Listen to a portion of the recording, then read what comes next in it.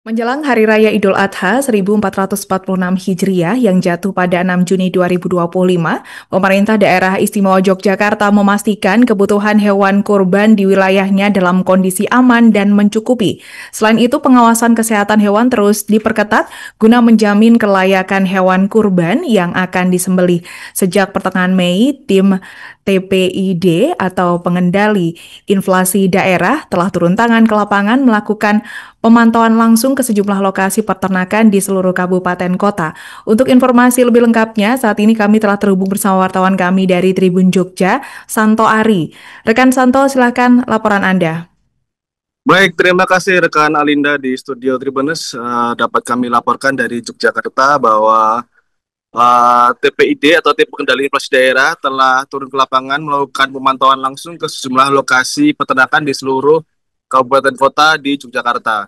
Dan menjelang Idul Adha ini biasanya permintaan akan meningkat dan dipastikan aman karena pasokan hewan ternak di Yogyakarta ini berasal dari dalam maupun luar DIY. Misalnya di Kabupaten Bantul, TPID memantau 2 peternakan yang menyuplai hewan kurban dalam kondisi sehat dan terjaga. Harga sapi jenis sapi Bali berkisar antara 14 juta hingga 25 juta. Sementara jenis peranakan ongol dan jenis lain dibanderol antara 25 juta hingga 100 juta tergantung bobot dan kualitas. Sementara itu di Kabupaten Ponorogo dapat kami laporkan bahwa hewan ternak di sana dipastikan aman dalam hal ketersediaan dan sebagian besar pasokan daerah dan sebagian juga didatangkan dari luar Jawa seperti di Madura. Harga sapi peranakan ongol naik di kisaran 20 juta hingga 35 juta, sedangkan sapi Madura mengalami penurunan harga dengan kisaran 15 juta hingga 24 juta.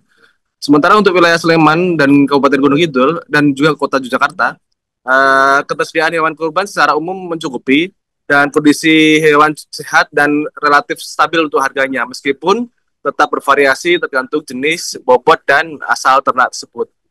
Dan dalam pemotongan hewan kurban, nantinya pemerintah juga akan memanfaatkan 4 rumah pemotongan hewan atau RPH milik pemerintah yang ada di seluruh kabupaten kota, kecuali di Gunung Kidul. Adapun jumlah titik pemotongan hewan kurban di DIY terus meningkat dalam tahun ke tahun, di mana tahun 2024 kemarin tercatat ada 84.000 pemotongan yang tersebar di sekitar 8.000 titik di seluruh DIY. Dan tahun ini jumlahnya diperkirakan mencapai sekitar 8.600 titik pemotongan dan 780 titik penjualan. Dan untuk menjamin kelancaran dan kelayakan proses pemotongan, dinas terkait menerjunkan 1.275 personel termasuk dokter hewan dari Perhimpunan Dokter Hewan Indonesia, mahasiswa Fakultas Peternakan dan Fakultas Kedokteran Hewan UGM, serta petugas teknis lainnya. Tak hanya itu, pengawasan lalu lintas hewan ternak juga diperketat. Pemeriksaan dilakukan di peternakan, pasar hewan, pos lalu lintas ternak hingga tempat penampungan. Terkait kasus antraks di Gunung Kidul, Tribunnews dapat kami laporkan bahwa Balai Besar Veteriner terus melakukan vaksinasi untuk memastikan ternak di daerah tersebut sehat. Dan 20 hari terakhir setelah kasus terjadi bisa keluar dengan catatan ternak yang keluar harus divaksinasi dan ada surat rekomendasi. Demikian Linda yang bisa saya laporkan dari Yogyakarta. Kembali ke studio, terima kasih. Baik, terima kasih rekan Santo Ari untuk laporan Anda dan selamat bertugas kembali. Untuk melengkapi keterangan kami pemirsa, berikut wawancara bersama pihak terkait.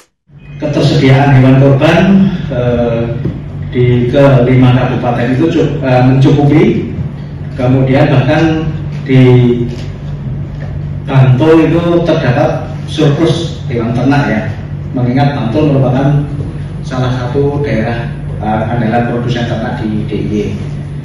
Kemudian dapat kita pastikan bahwa hewan-hewan kurban yang dijual dipastikan kesehatannya dan sudah terbebas dari penyakit seperti PMK maupun LSD.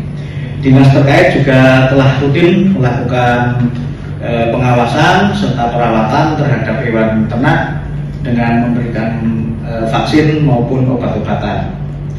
Kami bicara mengenai Bantul, kalau di Bantul itu historisnya memang selalu terjadi permintaan di hari-hari menjelang Idul Adha ini. Kalau terkait dengan kesehatan hewan, dari pantauan kami kan pemeriksaan kan diperiksa untuk PMK, kemudian LSD, kemudian juga antrak, kemudian juga dengan satu lagi apa? Parasit gastrointestinal ya. Nah, untuk penyakit yang sifatnya strategis, alhamdulillah itu negatif hasilnya. Dan kalaupun ada yang terdeteksi, misalkan ada, itu biasanya segera dilakukan replacement. Entah replacement kemudian diuji lagi sampai benar-benar hewan tersebut bebas dari penyakit atau bibit penyakit strategis seperti PMK, LSD, dan antrak. Download Tribun X sekarang, menghadirkan lokal menjadi Indonesia.